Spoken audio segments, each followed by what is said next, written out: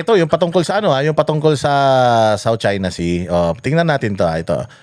Hindi natin masyadong ano yung South China Sea, pero gusto kong ano yung balita sa inyo na to. Gusto kong ipakita sa inyo kasi gusto kong ipaintindi, ipaalam sa inyo kung gaano kawalang kwentang Senate President si Tito Soto. Oo. Sabi ko nga sa inyo, bilang ama ng tahanan, bilang leader, kailangan you keep yung tahanan malinis, in order. Kailangan lahat maayos, yung mga anak mo, pare pantay-pantay ang tingin mo. Kahit may paborito ka, pantay-pantay pa rin ang tingin mo dahil ikaw nga ang tatay ng Senado.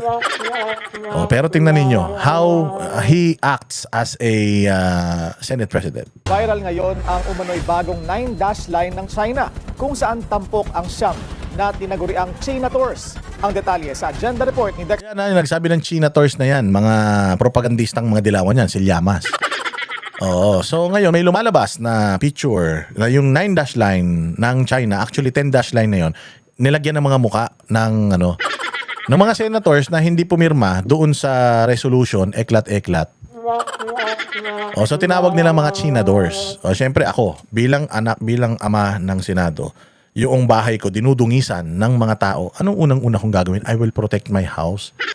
I will protect my kids. I will protect my senators, hindi ba? I will tell the people that these senators, meron silang wisdom. And meron silang pag-iisip at kung sa kanilang iniisip, ito yung tama, then dapat sinusuportahan natin sila. Kaya nga may check and balances dito sa Senado. Kaya nga dito nagbobotohan kaya nga we are dividing the house kasi kailangan natin ng may kanya-kanyang boses ang bawat representante ng mamamayang Pilipino. So hindi naman ibig sabihin hindi sila pumirma dito sa resolusyon na ito, pro-China na sila. Kasi they have their own personal reasons why. Hindi naman nila sinabi na because we love China. We are not signing because we love China. We are not signing because we love China more than the Philippines. Wala namang ganun. Naglagay naman sila ng mga reason why hindi sila pumirma.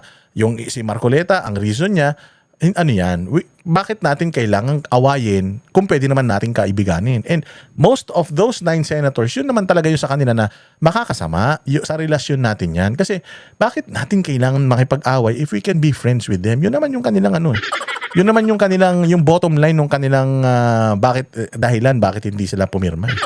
Hindi naman nila sinabi verbatim na because we're pro-China, we're this and we're that. We're being paid by China and all. So sinisiraan ng mga tao ang mga senador anong ginagawa ng kanilang ama. Mr. Ganibe, ng Abante. Lalo pang uminit ang debate sa internet sa isyu ng sigalot sa laot. Kumakalat ngayon sa social media ang isang larawan ng mapa ng South China Sea. Nakabalandra rito ang mukha ng siyam na tinaguriang China Tours na hindi lumagda sa Senate Resolution 256. Kinabibilangan ito ng magkapatid na Cayetano at sina Senators Bato de la Rosa, Bongo, Cheese Escudero, Rodante Marcoleta, Amy Marcos, Robin Padilla at Joel Villanueva. Nakalagay ang mga mukha sa mga iginuhit noon na 9-dash line ng China. Wala pang pahayag ang siyam na senador. Pero ayon kay Senate President Tito Soto, pag-aralan natin. Ako, as Senate President, pag-aralan ko kung gano'n kung merong nagbi-bring up ng issue na bakit ginaganon yung senador. O dapat yung siyam ay pumalag. Bakit sila papalag? Kung baliwala nga sa kanila. Pero ikaw nga, bilang ama ng Senado, dapat ikaw mismo ang magsabi na mali naman yun. Ipagtanggol mo yung iyong mga senador. Hindi porket minority, actually, majority black si Pia Cayetano. Hindi naman porket minority, yung karamihan dyan, hindi mo na sila ipagtatanggol. Ipagtanggol mo, ikaw ba naniniwala ka na Chinador sila? O kung ikaw mismo bilang ama ng Senado naniniwala na Chinador sila, there's something really wrong with your leadership. Dapat ikaw mismo yung magsasabi na hindi sila pro-China. Yung lumalabas na ganyan, wala yan. Hindi nasasaktan ng Senado dyan, hindi nasasaktan yung siyam na senador na yan. Kasi alam naman natin, uso ngayon yung trolling uso ngayon yung bashing and that's part of being a public service, yung matatag ka as ganyan. Pero I believe, hindi naman mga balat sibuyas yung mga yan, baliwalayan sa kanila. But ako na bilang Senate President, I will tell you na hindi sila pro-China. They're more of they want to be friends with China other than kalabanin natin yung China. That's not being pro-China. Kung yun ang diplomasya nila, kung yun ang kanilang yung ng kanilang prinsipyo, then we should respect it. Hindi natin dapat binababoy yung institusyon. Dapat ganun. Oh, pero sinasabi niya, mag-react sila. Pag di sila nag-react, wala tayong magagawa. Tingnan ninyo, yung DOJ, di ba yung DOJ, nagsalita yung maraming mga kumalat na mga ano ng St. Luke's, para kay Bongbong Marcos, di ba? Yung DOJ, inimbita si Sir Jack. Tiningnan ni Sir Jack yung imbitasyon, wala ang complainant. So, ibig sabihin, initiative ng DOJ na kunin yung panig niya. Walang nagreklamo, Pero dahil trabaho ng DOJ yung mag-imbestiga, ginagawa ng DOJ yung trabaho nila at ginagawa ng NBI pala yung trabaho nila. Walang nagsampa ng demanda sa NBI. It was just brought up in one of the NBI's interview regarding dun sa issue ng health ng presidente, and then naisip nila na okay, sige, patawag natin para marinig natin yung yung panig niya. So that's the job of the NBI. And ginagawa ng NBI yung trabaho nila. Ikaw bilang Senate President, dapat ganun din. Gawin mo din yung trabaho mo. If you don't want to investigate kung sinong nagpakalat niyan, at least man lang you defend your house. You defend your senators. Ilan na lang kayo diyan, hindi mo pa sila kayang pagtanggol. Paano kung naging presidente ka na tapos ilang milyon kami mga Pilipino? Paano mo kami pamumunuan kung yung Senate lang na ilan lang senador hindi mo kayang pamunuan? Kaya nagagalit yung mga senador sa iyo, kaya umuugong-ugong yung yung kudita dahil hindi ka talaga marunong maging Senate President, sir. Hindi mo sila napapangalagaan. Di ba? Hanapin nila kung sino yung nag-upload nun. Hanapin nila kung sino nag-upload nun? Pwede ba yun? Hindi ba pwedeng ikaw bilang Senate President, you contact cybercrime group or NBI to also yung investigate? Kung sino yung nagkalat yan, anak ng tinapay. Sinisiraan yung mga senador. Tinatawag silang mga chinadors. Samantalang, si Sir Jack Argota, pina-enhance lang niya yung St. Luke's na lumalabas na nag-leak na fake document. Tapos ininterpret niya nang hindi naman siya professional. Buti sana kung doktor siya tapos ininterpret niya yun. Pwede siya matanggalan ng lisensya. Hindi siya professional. Sa tingin ko, yun yung pinagsasabi niya doon. Iniimbestigahan nga siya ng NBI. Hindi naman siya nagkalat nung noong medical bulletin na yan. Tapos, ikaw, uutusan mo yung mga senador na gumawa sila ng mga hakbang para sa sarili nila. Utusan mo NBI, utusan mo DOJ, utusan mo ang PNP Cybercrime Group or NBI Cybercrime Group para i-trace sino yung nagpapakalat nito. Dapat ganun, hindi yung kung may reklamo sila, magpa-imbestiga sila. Anak ng tinapay yan. Puta, naging leader ka pa. Sino yung source, sino nag-upload, sino nag-invento. At kung nasasaktan sila doon sa post na yun. Tuloy sa regular session, Hindi sila nasasaktan, tanga. Hindi sila katulad nyo ng mga balat sibuyas. Si Robin Padilla, putsangin na. Hindi na nasasaktan si Robin Padilla sa tuwing binabash siya. Bali, wala na yan sa kanya. Putsangin na, ginawa na nga kung ano-ano mga pinagagawa na sa mga picture niya. Ano ba naman inilagay ka sa mapa? Okay lang yun.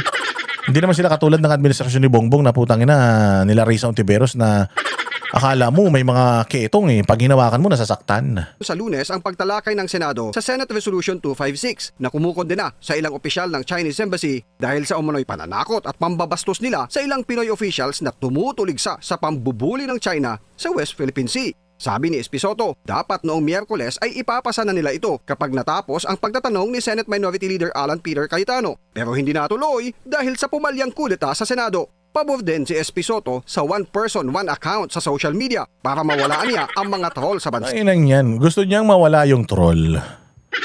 One account, one person policy. Gumawa ka ng sarili mong Facebook. Oo, tsaka putsyakin nang yan. Di tinanggalan mo si Bongbong Marcos ng mga nagtatanggol sa kanya. Pag mayroong post nga ang RTVM at saka ang Office of the President na mga ginagawa ni Bongbong, putangin na, puro troll yung, ang galing mo talaga, sugo ka ng langit. Puro troll. Pag tinignan mo yung mga account, puta, mga Vietcong, mga Bombay, tapos pag tinignan mo, dadalawa kaibigan. Kaya naunahin nyo sa sarili nyo, anak ng tinapay, Sa katunayan daw ay mayroon na siyang panukalang batas para rito. Kailangan lang anyang makipag-coordinate ang gobyerno sa mga social media platform para malimitahan ang pagkakaroon ng mga multiple account ng isang individual. Wala, hindi nyo yan, mano. Hindi kayo pwedeng magdikta. Sa Facebook, sa TikTok, sa Instagram, di pwede. Ngayon, kung gusto nyo talaga, iban nyo yung mga social media dito, maging komunista tayo parang China. May bilang ko sa Senate, titignan ko kung saan napunta. Meron akong idea kasi, before this, the Congress started, Sabi ko, dapat ang internet, whatever, anong platform, sa internet, kailangan one person, one account. Ubus yung mga troll. Dahil sa word war sa sigalot sa laot, dumarami raw ang coordinated online attacks laban sa Pilipinas at sa mga opisyal ng gobyerno. Paano? Putang ina, puro tarantado. Si Tariela, tarantado. Atakihin ka talaga pag tarantado ka. Huwag nyo kasing isipin na yung umaatake sa inyo o yung nag-comment ng negative sa inyo, kalaban. Oo, treat it as a voice. Na reklamo and seryosohin ninyo. Yung problema kasi kapag may ginawa kayo tapos pag may bumatikos, troll yan. Tapos pag kayo bumabatikos, tinawag kayong troll, galit na galit kayo.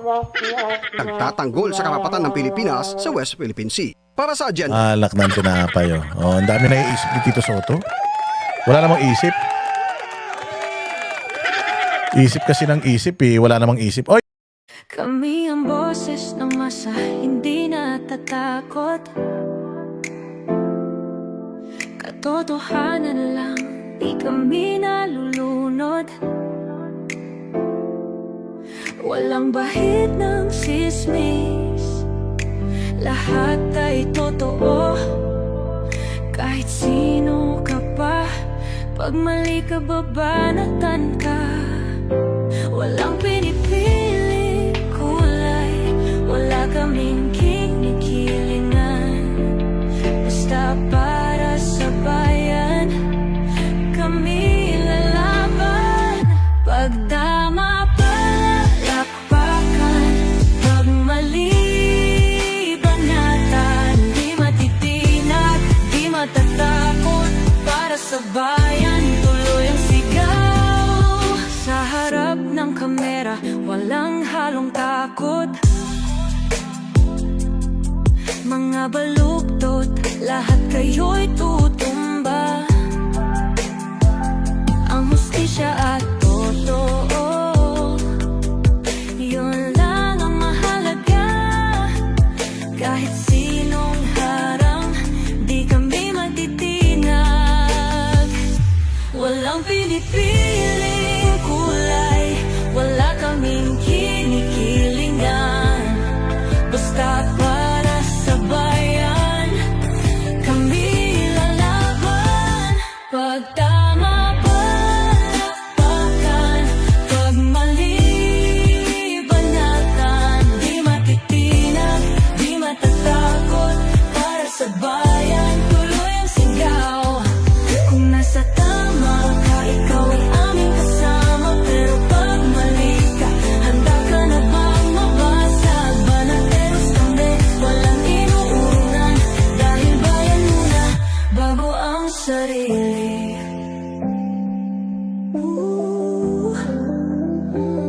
Bago ang sarili.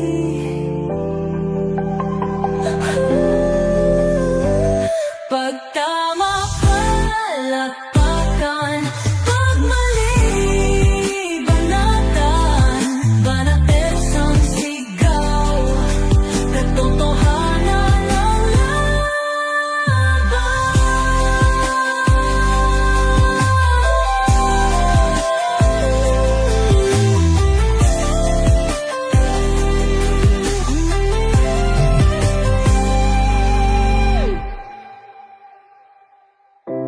Sa harap ng kamera, walang